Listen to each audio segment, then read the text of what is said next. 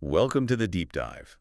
Today, the material you've shared with us takes us on a truly profound journey, right into the world of Fyodor Dostoevsky and his, monumental novel, The Brothers Karamazov. Yeah, it's huge. And we're not trying to tackle the whole sprawling epic at once, obviously. Our mission for this particular deep dive is much more focused, laser focused, really, on a single pivotal conversation. We're diving deep into the dialogue between two of the central brothers, Ivan and Alexei Karamazov. Right.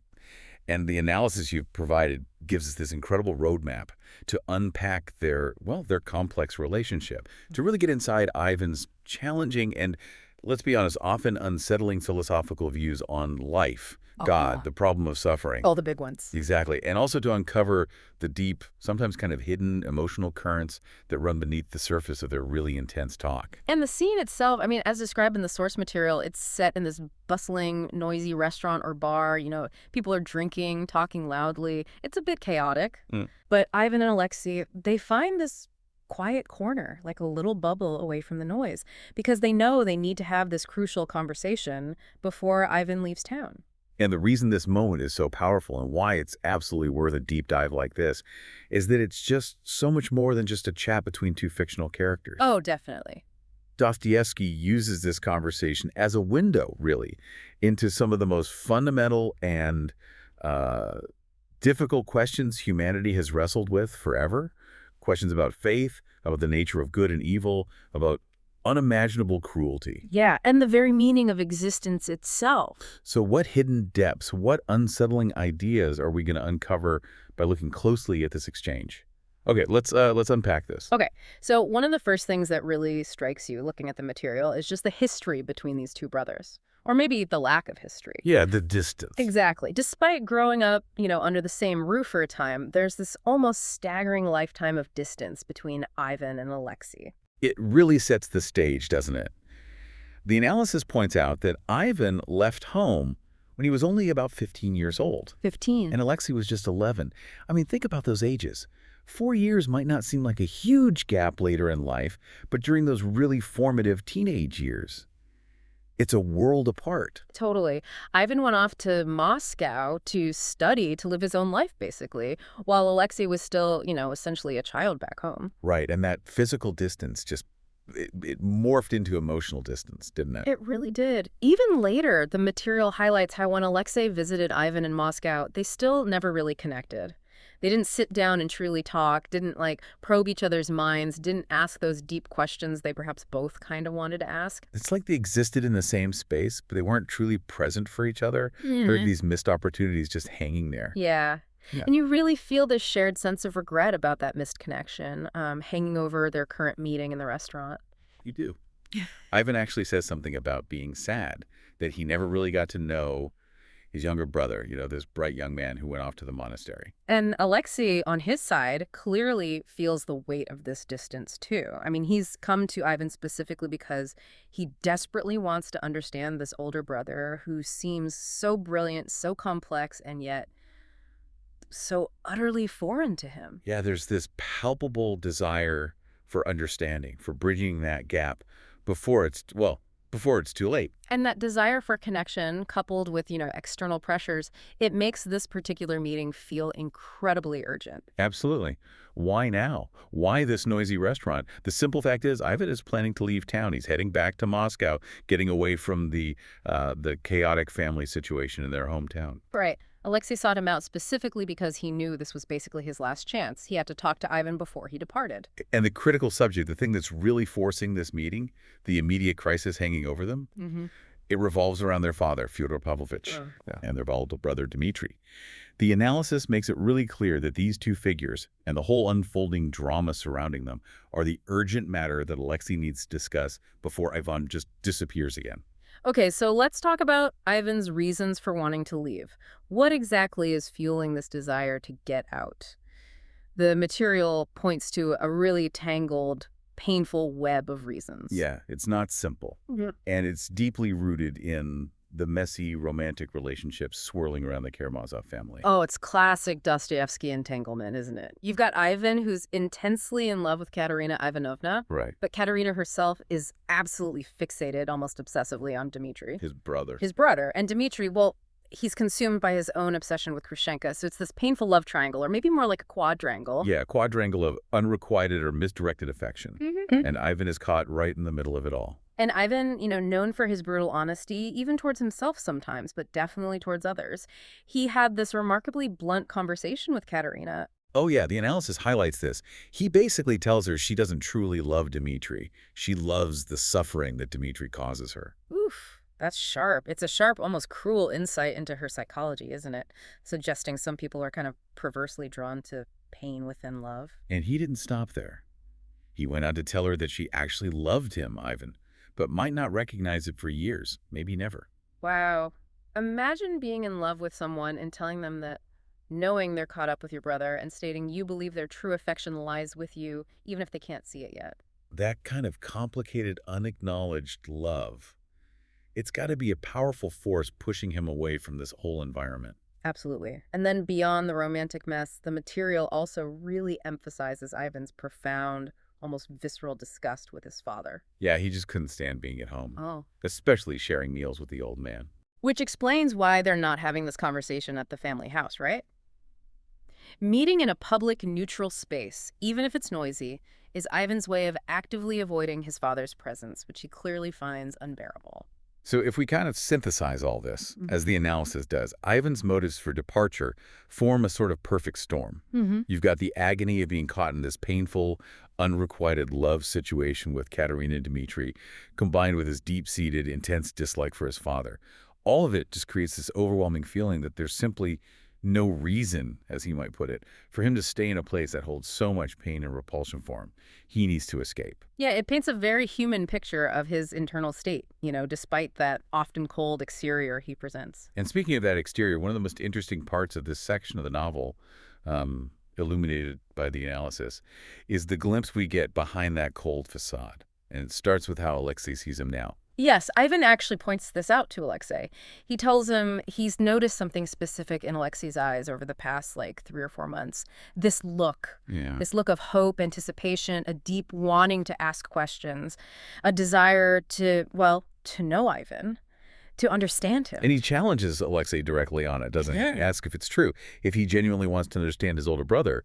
And Alexei's confirmation, it feels like this incredibly vulnerable moment, acknowledging that deep desire to finally bridge that distance. It really is. And then, amidst all this weighty discussion of family drama and deep philosophy, the material highlights this tiny, seemingly insignificant detail, but it reveals a completely different side of Ivan. Ah, the food order. This is one of my favorite little bits. Mine too. It's great. Ivan orders some soup, right? But then, almost as an afterthought, he specifically asks the waiter for cherry and jam. Cherry and jam. And the reason he gives Alexei is so telling. He says something like, I remember very well that as a child you were very fond of cherry and jam. Oh, it's such a small, tender, totally unexpected gesture. It's a shared memory, reaching back across all those years of distance, connecting them through this, simple childhood fondness. And the analysis points out just how significant this really is. It's a seemingly minor act, right? But it's concrete evidence of a hidden, sensitive side to Ivan. It directly contradicts the common perception of him. Yeah, because his reputation is quite different. The source material describes how Alexei and others typically see Ivan as, cold, like a graveyard. Grim. Yeah, quiet, excessively logical, lacking visible emotion, especially when you compare him to the wildly emotional Dmitri or the highly religious Alexei. He's often seen as purely intellectual, detached. Right, that's the public Ivan, the perceived Ivan. But the analysis introduces this fascinating counter-argument. It draws on commentary that connects this perception to modern ideas from cognitive psychology. Oh, interesting. Yeah, it specifically references the work of Daniel Kahneman, Nobel Prize winner, known for his book Thinking Fast and Slow. Okay, I know Kahneman. System 1, System 2, think it. Exactly. And Kahneman's work and, broader cognitive psychology suggests that the very idea of pure logic, completely separate from emotion, it's kind of a misconception. Right. The thinking is that even what we see as highly rational or logical thought is always underpinned by emotion, inseparable from it. You can't just surgically remove emotion and expect logic to function in a human mind. Precisely. So this psychological perspective supports the idea that Ivan's seemingly cold logic isn't some sterile, purely intellectual process floating free. There are emotions running beneath the surface, influencing his thought, even if he doesn't wear them on his sleeve. And that little detail about the cherry and jam. Yeah, it be's more than just a cure anecdote then. It's presented as tangible evidence right there in the text, a crack in the facade, demonstrating that Ivan does indeed possess deeper emotions, memories, sensitivities than his reputation suggests, or, than he typically allows others to see. It's this moment of unexpected warmth that really complicates our understanding of him. Which leads us right into the heart of why Alexei is even having this conversation, right? Since Ivan is normally so guarded about his inner world, Alexei desperately wants to understand what truly drives him. What does he think about the biggest questions of all? God, the soul, the fundamental nature of the world. And Ivan, seeing that genuine longing for understanding in his brother's eyes, decides to open up, at least somewhat.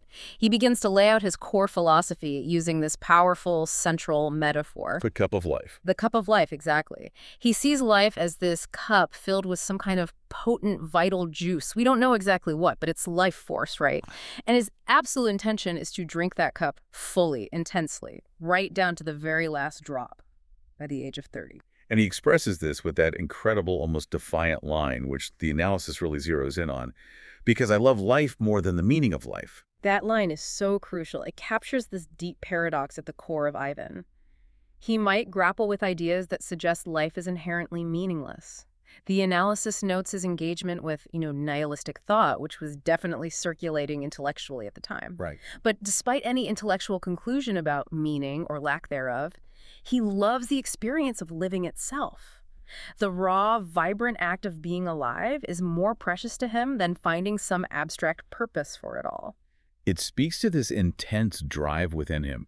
He talks about having a great thirst for living, this powerful, almost desperate desire to consume the material world, to experience every sensation, every thought, every moment in its full intensity. And interestingly, he doesn't see this as unique just to himself. He believes this intense drive, this almost insatiable thirst for experience, is an inherent Karamazov trait. It's in the blood. It's in their blood, he thinks. Shared by all the brothers, even Alexei, despite their very different paths.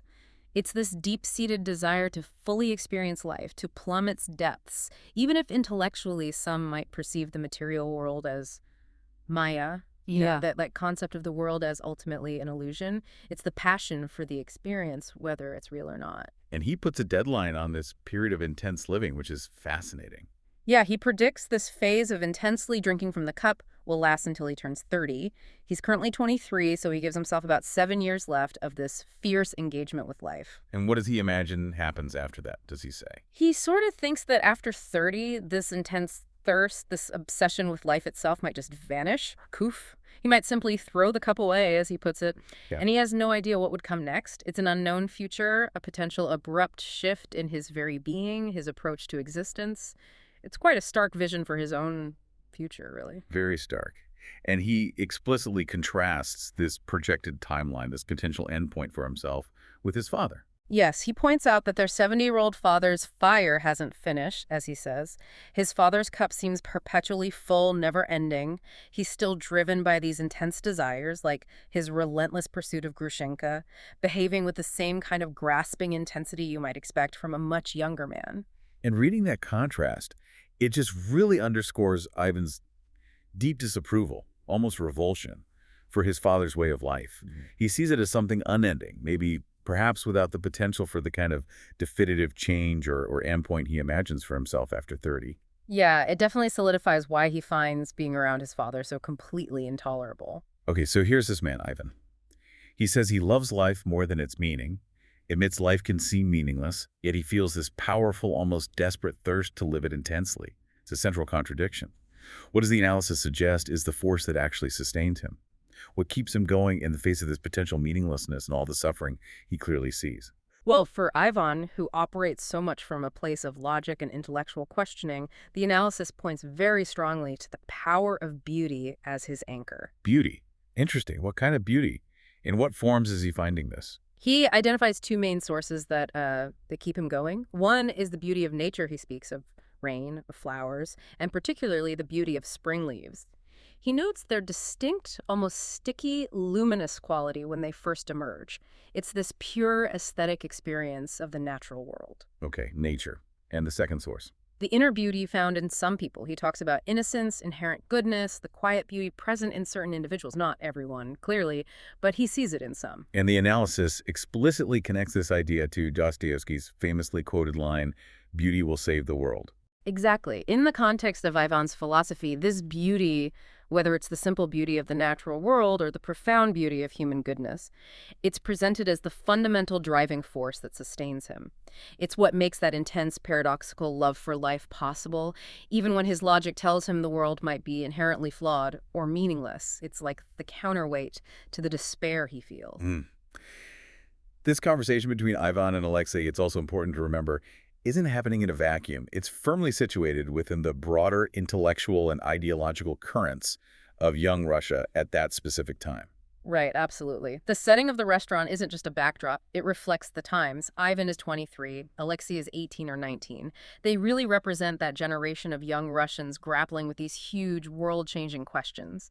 And the analysis describes the scene around them. The restaurant is full of other young men drinking, arguing, deeply engaged in their own passionate philosophical debates. And the analysis identifies two main opposing groups among these young people, these debating students and intellectuals. Yes, there seem to be two clear ideological camps dominating the intellectual landscape among the youth at that time. On one side, you have a group that firmly believes in God and the existence of the soul, embracing, traditional faith. Yeah. And on the other side, you have a group that actively disbelieves in God, seeing the world as purely material, rejecting anything supernatural or spiritual. And that second group, the materialists, they're specifically connected to communism in the analysis, right? They are, yeah. The analysis notes that these materialist thinkers among the youth are largely associated with communist ideology, and it provides important historical context, explaining that while figures like Lenin came to power much later, the intellectual seeds of communism originating with figures like Marx in Europe had already spread to Russia and were creating this significant intellectual and social division among the younger generation. So the scene in the restaurant, with these different groups arguing loudly, and including Ivan and Alexei having their quieter, but maybe even more intense version of the same fundamental debate, it really represents this significant ideological clash that was occurring, that was shaping young Russia during this period. It gives their personal struggle a much larger resonance, definitely. Okay, so given this context of clashing ideologies, Alexei's central question to Ivan takes on even greater weight. He's heard the general arguments flying around, but he needs to know where Ivan, his brilliant, complex brother, stands personally. Ivan has already seen that expectant look in Alexei's eyes, that deep desire for this specific answer. Yeah, Alexei asks him directly, just cuts through all the noise, "Do you believe in God?" And Ivan's answer is, well, it's incredibly complex and, for many people, deeply unsettling. He states his position immediately, but with this huge, crucial reservation. His initial declaration is clear enough. Yes, I do believe in God. But he immediately follows with the critical distinction. He says he denies his creation, or, maybe more accurately captured by the analysis, he cannot accept this world created by him. Wow. That's a huge point of internal conflict for him. He believes in a divine creator, but fundamentally rejects the world that creator has supposedly made.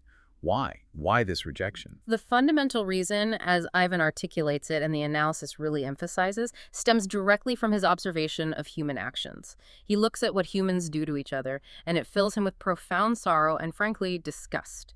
He simply cannot reconcile the existence of such cruelty with the idea of a loving, all-powerful creator who made this world. And his perspective on humanity's capacity for evil is particularly stark, isn't it? Oh, it is. He challenges that common, maybe well-meaning, saying that cruel people are worse than animals.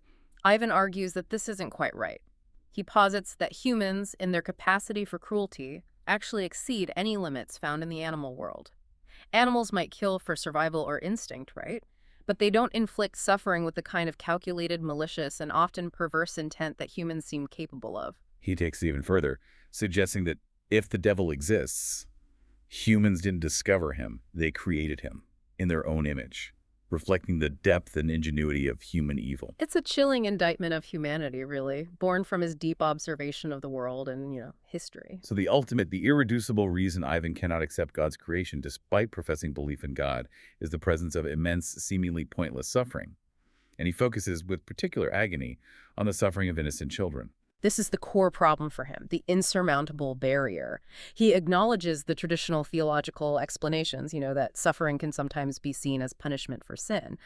And he suggests that maybe this is something you could intellectually grapple with when considering adults who have gained knowledge of good and evil and made choices. Right.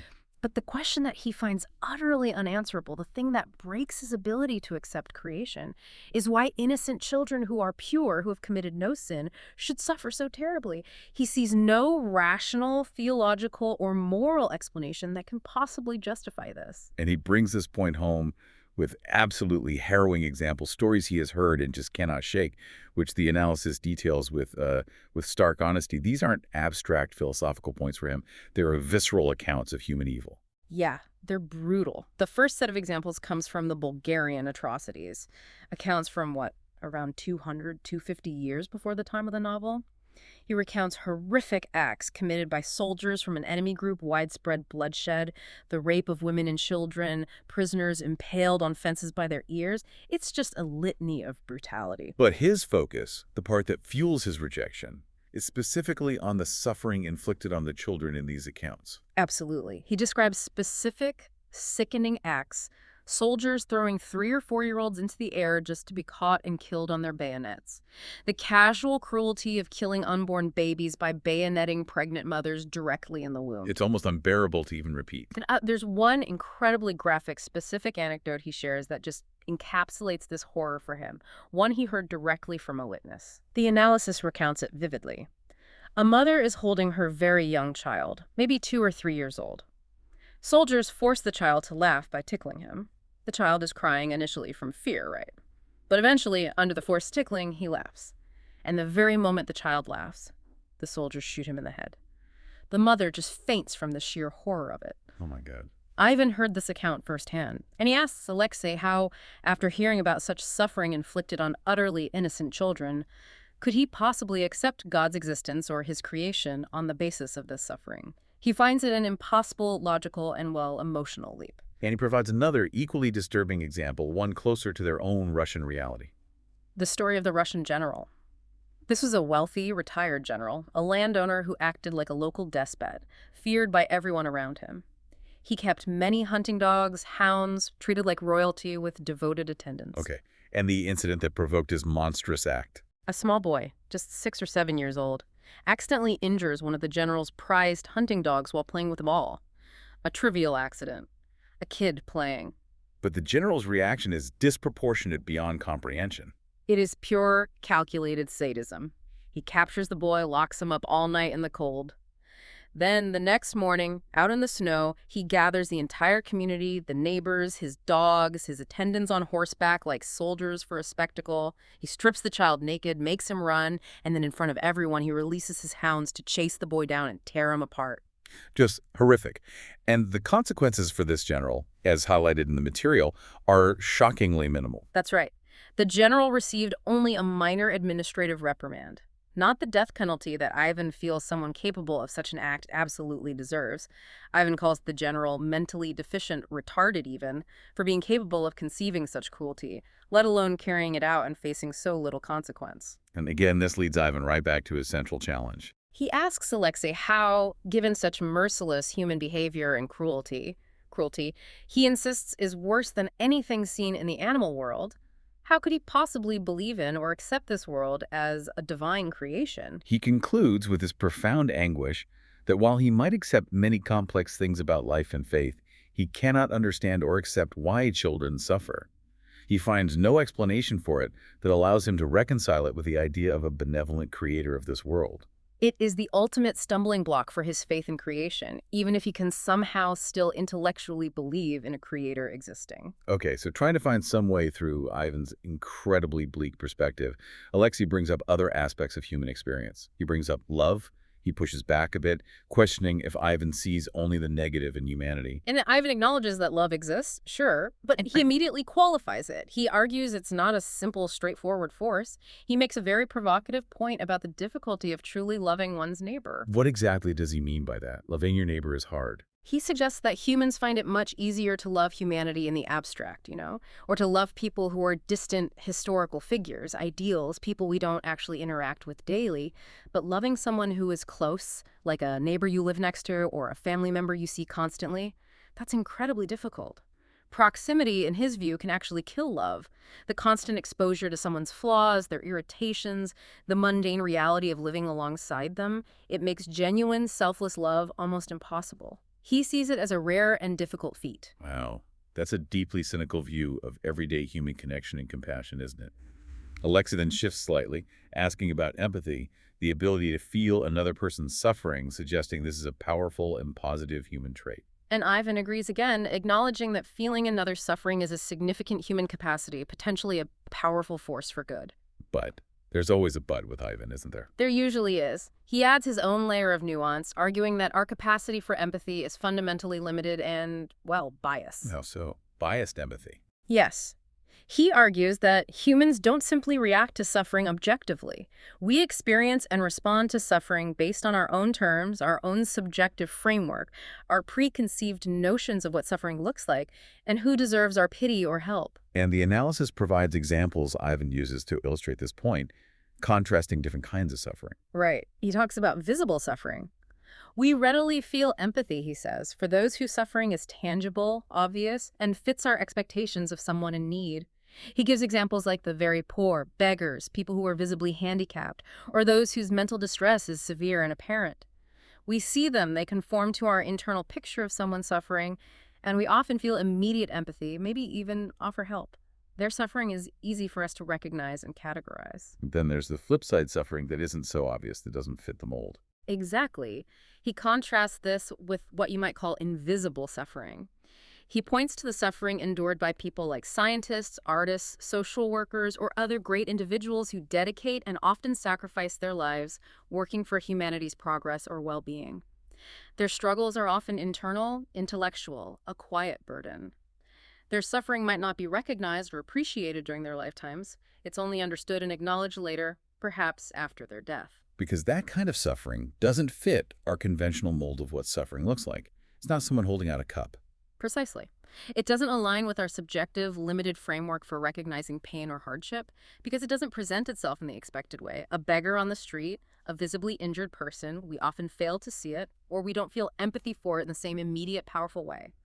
Our empathy is selective, filtered through our own biases and expectations. So his conclusion on empathy is that while the capacity exists, it's significantly shaped and limited by our own subjective perspectives, which causes us to miss or ignore vast amounts of suffering in the world simply because it doesn't look like what we expect it to. Yeah. And despite these complex, perhaps somewhat jaded observations on love and empathy, the core, the irreducible barrier for Ivan, the reason he cannot accept God's creation, always circles back. To the suffering of innocent children. Always. He finds it utterly inexplicable and unacceptable, a problem that no amount of reasoning, philosophy, or even human connection can overcome within the framework of a supposedly good, divine creation. Okay. This incredibly intense and challenging conversation between Ivan and Alexei, as the analysis points out, isn't the end of Ivan's philosophical journey within the novel. It actually serves as a vital prelude. Yes, this dialogue sets the stage perfectly for one of the most famous and discussed sections of the brothers Karamazov, the story of the Grand Inquisitor, which Ivan himself creates and recounts to Alexei immediately following this very conversation. Right. The poem, as he calls it. And this future discussion, this invented story of the Grand Inquisitor, will delve even deeper into the profound themes raised here, particularly concepts like free will, freedom versus happiness, the nature of authority. All huge themes. And the analysis we've looked at, it acknowledges the sheer power and intellectual force of Ivan's arguments in this conversation, especially his points about the reality of human cruelty and the unbearable burden of suffering. I mean, he asks questions that resonate deeply and uncomfortably even today. Oh, absolutely. But the analysis also hints strongly that Dostoevsky isn't presenting Ivan's worldview as the final or, correct answer. Exactly. It suggests that the novel will go on to explore the potential negative consequences of Ivan's purely logical, or seemingly purely logical and maybe emotion-detached ideology. The analysis hints that Ivan himself will ultimately suffer deeply because of his inability to reconcile logic and reason with the inexplicable suffering and the need for something more, maybe faith, unconditional love, something that transcends pure intellect. It implies that logic alone is ultimately insufficient to navigate the full complexity and suffering of existence.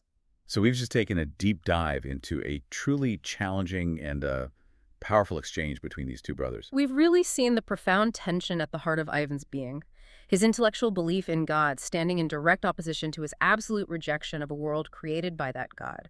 A rejection fueled by the horrifying, undeniable reality of human cruelty and the inexplicable suffering of innocent children, brought to life by those visceral accounts he carries with him. And we've seen how his complex, somewhat cynical views on love and empathy reveal his belief that our capacity to perceive and respond to suffering is inherently limited, biased by our own subjective viewpoints. In Ivan's struggle, it's far from just a literary exercise, isn't it? It's a struggle that is absolutely timeless.